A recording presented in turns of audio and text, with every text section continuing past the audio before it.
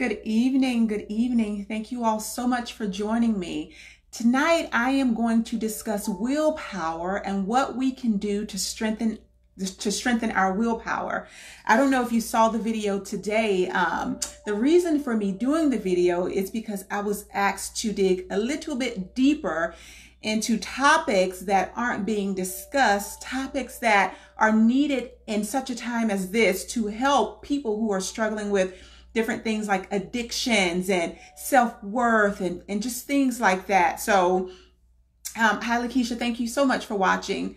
So tonight I want to just dig a little bit deeper on willpower and why it is important. Now I do have notes, and I only have notes because it really helps me just give you the ins and outs of willpower and why you need it and how we can improve it. So willpower, defined as the ability to control one's own actions, emotions, or urges. So in layman's terms, that means self-control or the willingness to fight against those urges and actions that are not beneficial to our lives. In essence, that's what willpower is. And we all have willpower within us. We just have to utilize the power that has been placed within us by the Father. So that's all willpower is. So what does that look like? Well, imagine someone addicted to alcohol, porn, or other chemical substances. For them, that would mean saying no to the urge or to the desire to please the addiction or the craving. Now, for others, willpower could look like an inability to control their food consumption. So overeating. A lot of people deal with overeating. It's actually an addiction. It's the lack of willpower to say no to that craving or to that addiction. Watching too much TV is a lack of willpower, or sleeping too much. So you have all of these things that you want to do, all of these dreams and goals, yet we're sleeping too much because we lack the willpower, or we're not saying no. It's not that we lack the willpower. We're just not saying no to the craving, or pleasing others at your own detriment, or the need to please. A lot of people deal with this, especially women. Us as women, we have this nurturing sense that God has given us. So oftentimes that leads to the need to please, and it gets us in a whole lot of trouble. We end up suffering because of the need to please, or the willpower, or the lack of to say no. Something that I've said about willpower for a long time: we can give someone willpower all day long. So, Lakeisha, you can give someone willpower. DeTanya, you can give someone willpower. It doesn't mean they're going to take it. We can hand it out all day, but it does not mean the person that you're trying to give willpower to is going to accept the willpower. And that's something that get a lot of us stuck, because here we are, we're trying to help others. We're trying to help them, and we're not understanding, well, why aren't they receiving my help? You know, I'm doing all of this, I'm giving them this, and I'm doing this for that person or that person, but they're not taking my willpower that I'm trying to share with them. So a person has got to want change.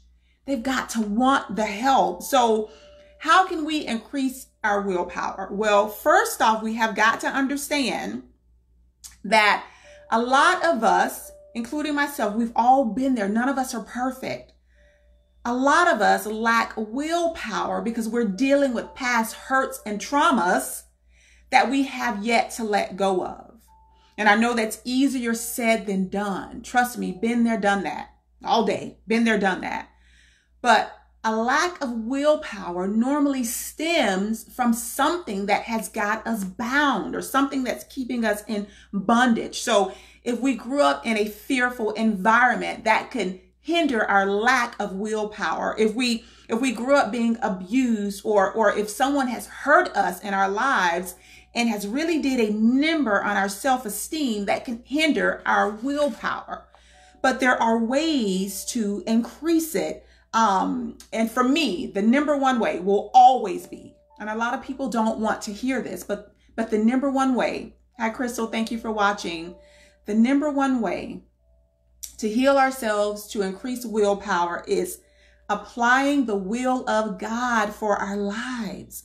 God is the primary step in whole healing, because God does nothing halfway. A lot of people, when they hear about God and healing, they say, oh my goodness, here's religion again, or here's that, and here's this God I keep hearing about. But it has nothing to do with religion. It has everything to do with the relationship that we have with God, because he outlines in his word hundreds and hundreds of ways to heal. He knew we'd be dealing with these things in our lives, so he already gave us the blueprint, or the perfect format to healing. So God is and will always be the number one resource to healing. We have got to accept that. Even non-believers, I want you to accept and understand that God is and will always be the number one resource to healing. Why is this? Why is this? Because God outlines healing in his word. He tells us in Romans 10:9, and Romans 10:9, and Hebrews 8:12, that if we accept Jesus as our Savior and repent, he remembers our sins no more. See, a lot of us, I've been here, a lot of us lack the willpower because we're so worried about our past sins or the things that we did in the past, or we're so worried about people still holding us accountable to those past things. Some of us, if we're being honest, some of us are so worried about the thoughts of man, we're putting their thoughts before the thoughts of God. This is the number one resource to healing. We've got to let go of what people think about us, or what people say about us, or those used to moments. Because people will say, oh, you used to, or oh, she used to, or oh, he used to be this, or he used to be that. See, we have to get rid of the word used to. Or better yet, let them keep saying used to, and you keep moving forward. Because the only way to increase your willpower is in forward movement. There's no other way. Forward movement. So we have to put aside the thoughts of others and take heed to the thought of God, the thoughts of God, and what he thinks about us. So that's the number one rule to healing and increasing our willpower. The mindset, our mindset prevents healing because we're bound to past traumas and pain. That's why so many people are out there on drugs and other chemical substances. That's why so many people are drinking themselves to death. That's why so many people are stuck or bound to depression, because they're stuck in the place that they were left off when they were younger. Or they're stuck in a place of hurt where someone else have left them. They have not been able to move on from that place of pain. What I've always felt and what I've found to be true is that people that hurt other people are hurting people. And not only that, people that hurt people are hurting from a place of where they were left off at. So ladies, if you happen to meet a significant other and you are a great, great person, and you're wondering, well, I'm doing all of this and I'm doing all of that, and this man that I've met and I like him so much, and I feel like there's this great connection. Yet he treats me like this, and he does this, and he's saying this, and he's doing that, and I just don't understand why he's doing that to me when I'm such a great person. Because that man is treating you, one, based upon how he feels about himself, and for two, he's treating you from a place and space of where he was left off at. That's good, y'all. That is good. He's treating you from that space of hurt and pain that he was left in. See, a lot of people get stuck there and they don't know how to get out. They don't know how to move, that's the reason for this video. So when it comes to willpower, It requires us to take right actions. What do I mean by that? That means basically saying yes to what's right and no to what's not right. Yes and no. If you know something is wrong, that's where digging deep to find that willpower, because you know it's wrong. You have to have the courage. We have to have the courage, because I'm talking to myself too. We have to have the courage to say no to things that are wrong and to say yes to things that are right. And I know you're probably saying, well, I know that. I've heard that my whole life. Yes, we have, but a lot of us don't employ that. A lot of us still say yes to things that are wrong and behave in situations or actions that are detrimental to our lives. And it gets us stuck in a lot of positions that we don't want to be in. Once again, been there, done that. So increasing willpower requires us, like I said, to let go of past pains and anger. Because anger too is a trauma. Anger is a response or a trauma response to pain. So we have got to let go of that. Thank you, Ish, for watching. Hi, Aunt Sue. Thank you so much for watching. So how can we improve our willpower? Well, we can improve our willpower, by taking accountability for who we are. See, we can't improve our willpower if we don't take accountability for who we are. That means getting rid of the blame game. I grew up like this. I grew up in that. That person did this. That person did that. Or I've been hurt. That wasn't fair. What have I done in life? I've done nothing in life to deserve this. I'm a good person. They should be suffering. They did this to me. They did that. They're not a good person. They do this. They do that. We've got to get rid of the blame game and take accountability for our lives. We're individuals. God gave us individual lives. That's why there's not one fingerprint that's alike, because we're individuals. So we got to take accountability for who we are. And we have to understand that, yes, those people did this, and yes, you're hurting, and yes, we have not been able to let go of the pain. But we have to release that and let God handle those people. Because right now is a right now moment for healing. Because the times that we're in, as you can see, are not getting any better. Some people would say they've gotten worse. And that's not a fear tactic. That's just speaking real truth. So we have to speak real truth to ourselves. We have to look at ourselves in the mirror and say, you know what? She may have hurt me, or they may have hurt me, or he may have hurt me. They may have said this or that, or these people think this and that about me.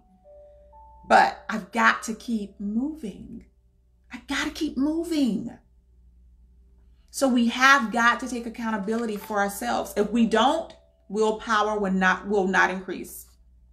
So if you are struggling with an addiction, whether that be a chemical substance, crack, all of those chemical substances that are not good for the body, alcohol, self-pity, self-worth, because all of those are things that to keep us bound. So if you're dealing with any of that, you've got to take accountability for your life. You've got to release those people that have caused you harm. You've got to release those things of childhood, those things of old, and walk into the new. So, but one of the greatest ways that I found, and from my research that I've done, because I don't sit here and just talk, I do massive research every day.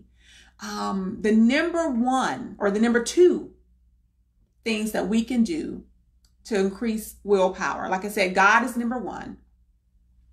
Number two is living in truth and taking accountability for our own lives, especially as adults. But number three is to meditate.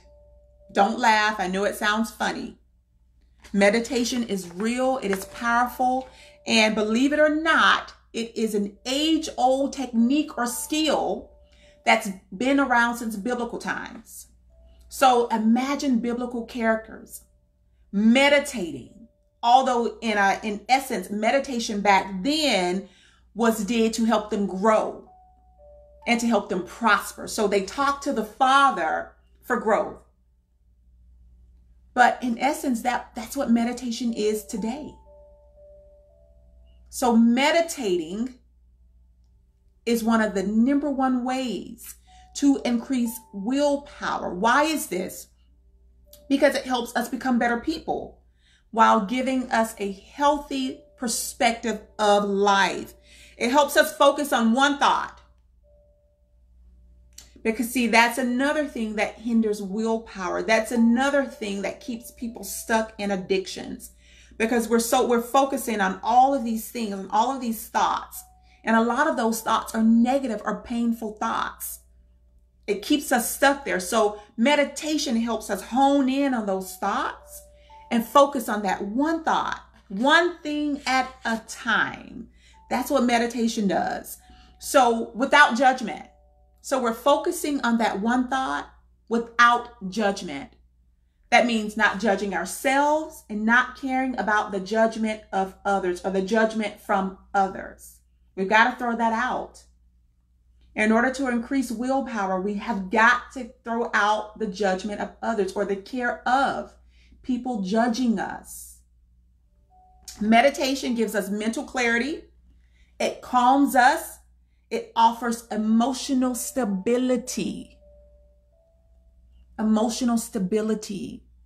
Most people that are addicted to substances or food addictions or all of those things lack emotional stability.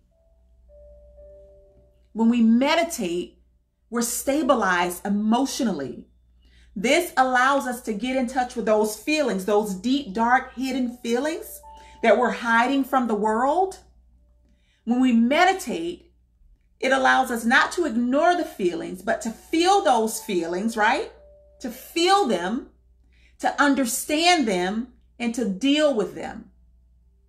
Because see, we can't grow in 10, 15 different ways if we're not dealing with the number one thing that's hindering us. Meditation helps us do that. It helps us do that.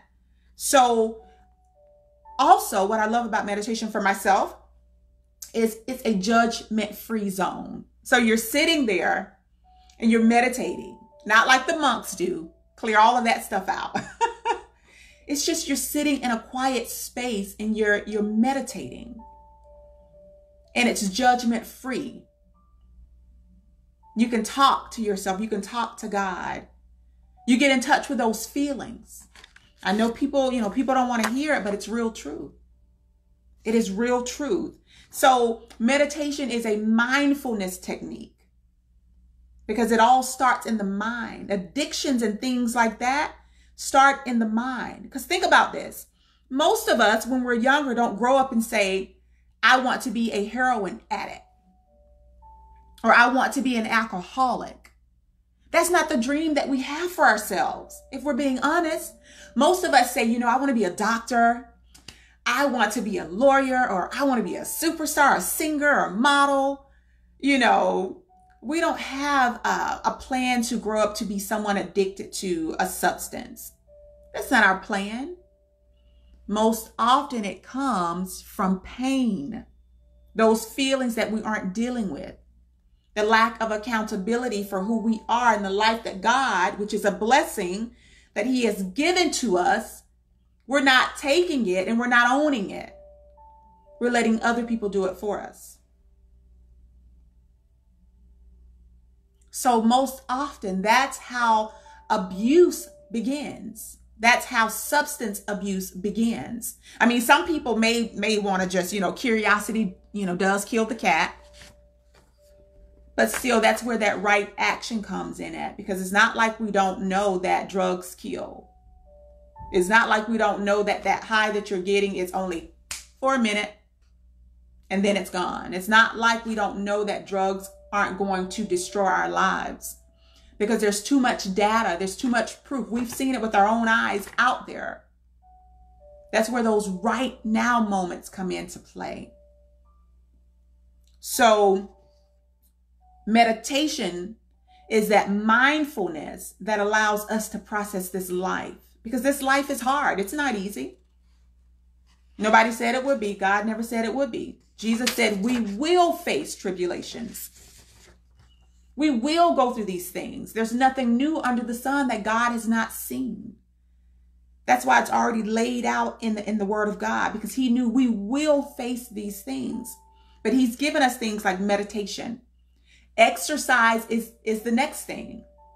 When we exercise, not only does it distract us from that craving, whether it be food, alcohol, porn, video games, sleeping too much.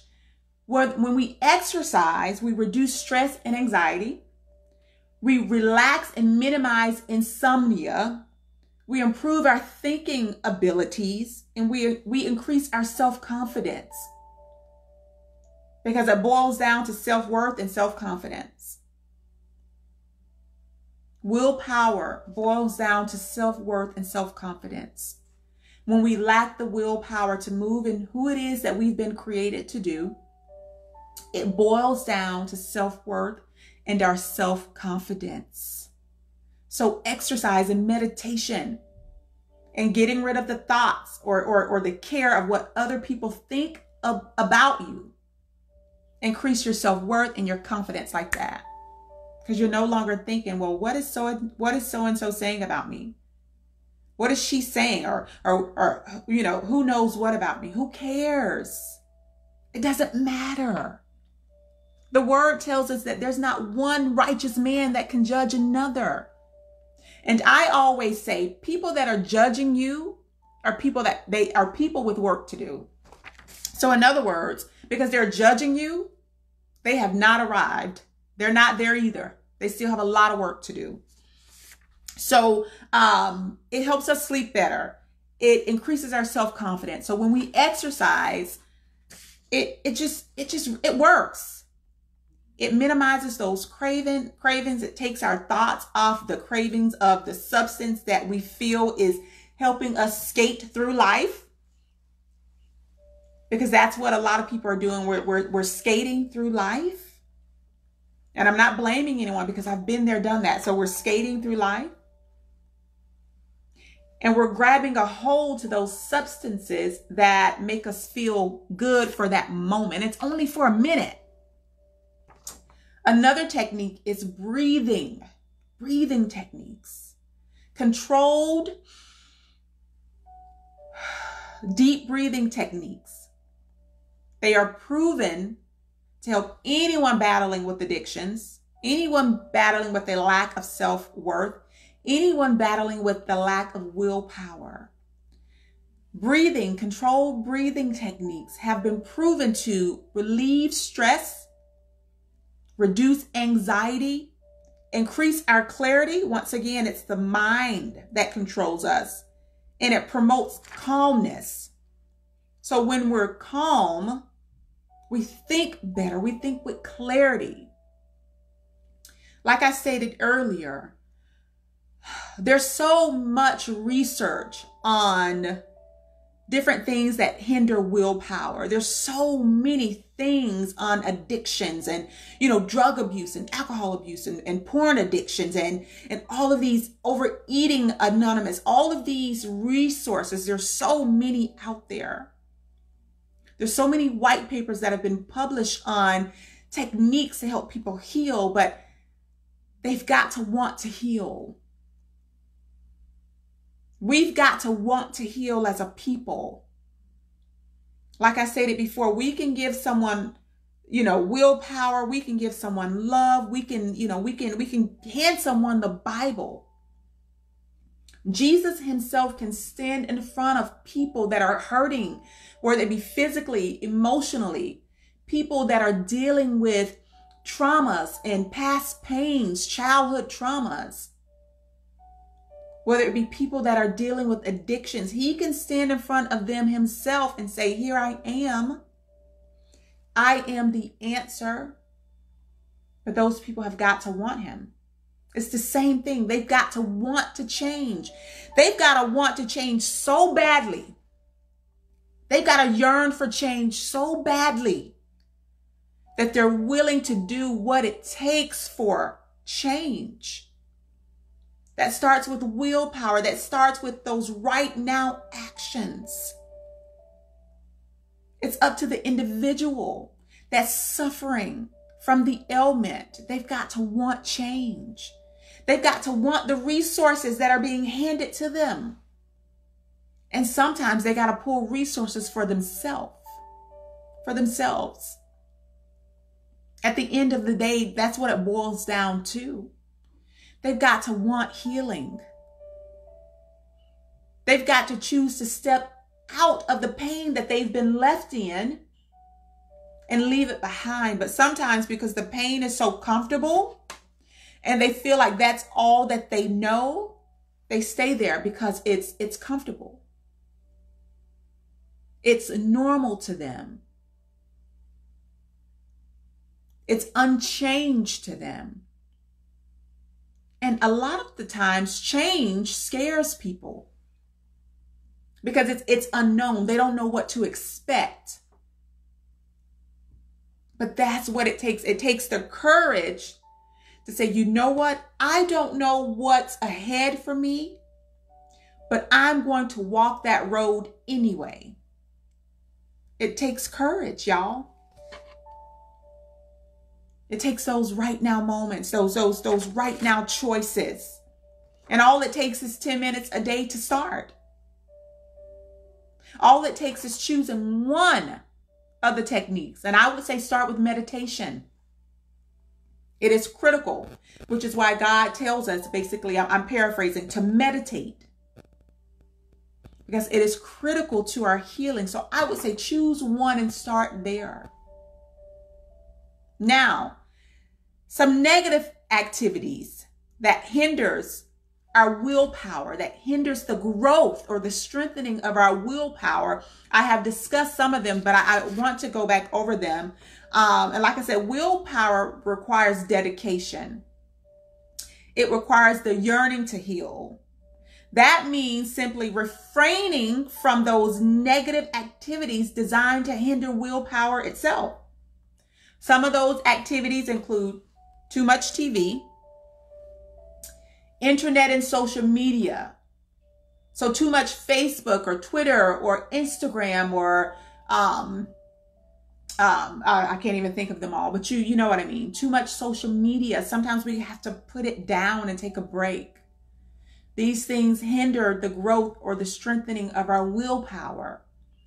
Overeating, porn, sleeping too much, drinking, substance abuse, and the way we think about ourselves. Most of us look in the mirror and we don't say, well, wow, I'm beautiful, or I'm amazing, or God created me, fantastic. I was born and bred to do this great thing and that great thing. Hi, Montara. Thank you for watching. Most of us don't get up in the morning and look in the mirror and say that to ourselves, if we're being honest. Most of us get up in the morning and the first thing that we do, we look at ourselves in the mirror and we find things that are wrong instead of things that are right. Or we let the thoughts of what others have said about us hinder even that. Like I said, I've been there, done that. So the way we talk to ourselves matter. So instead of saying, you know what, I'm so fat, or my nose is so wide, or my lips are so big, or my skin is so saggy for women, or for males, or for males, I'm not strong enough, or I don't have this, or whatever the negative thoughts are. Instead of doing that, try practicing positive thoughts. Try speaking to yourself in a positive manner. When we do that, it changes our mindset, because once again, it all goes back to the mind and how we feel about ourselves. That's where willpower comes in at. In essence, it's how you feel about yourself. It's the strength in who you are. So I cannot wait to dig deeper into this. There's just so much on willpower. There's so many ways to increase willpower. Like I said, if you are someone who is struggling with addiction, substance abuse, alcohol abuse, anything like that, please know that there's so many ways, there's so many techniques, and there's so many resources to help you. And I know I'm going to try my best to do what it is that God has laid on my heart to do. And that means doing more live content, doing more research. I'm also going to outline meditation and how you can start, or resources that you can find right around you, right in your area, to help you get started. But in essence, you got to want it. You got to want healing. Nobody can do it for you. So if you're dealing with it, we've all been there, dealing with, things that have hindered our willpower. If you're dealing with anything like that, you got to want healing. At the end of the day, it's up to you. That's why God gives us free will. That's why he gives us the right to choose. Because at the end of the day, it's up to us. So I pray that you strengthen your willpower. I pray that this video has helped someone. If you know someone that it can help, please forward the link to them. I don't care about a like or any of that foolishness, but I do care about your well-being. So thank you all so much for watching. Please drop a comment. If there's anything that I can do for you, or that we can do, Kiwanis Smile, Katie Gates, if there's anything that we can do, if you need any resource, let us know. We're here. That's what we're here for. We don't care about likes and all of that foolishness. We're here for you. So thank you all so much for joining me. Thank you all so much for watching and for just leaving great comments. And I love you all so much. And I will be back to continue more on willpower. Next week, I'm going to speak on self-worth and self-confidence. So thank you all so much for joining me. I love you, love you, love you. Have a blessed and beautiful night. Bye.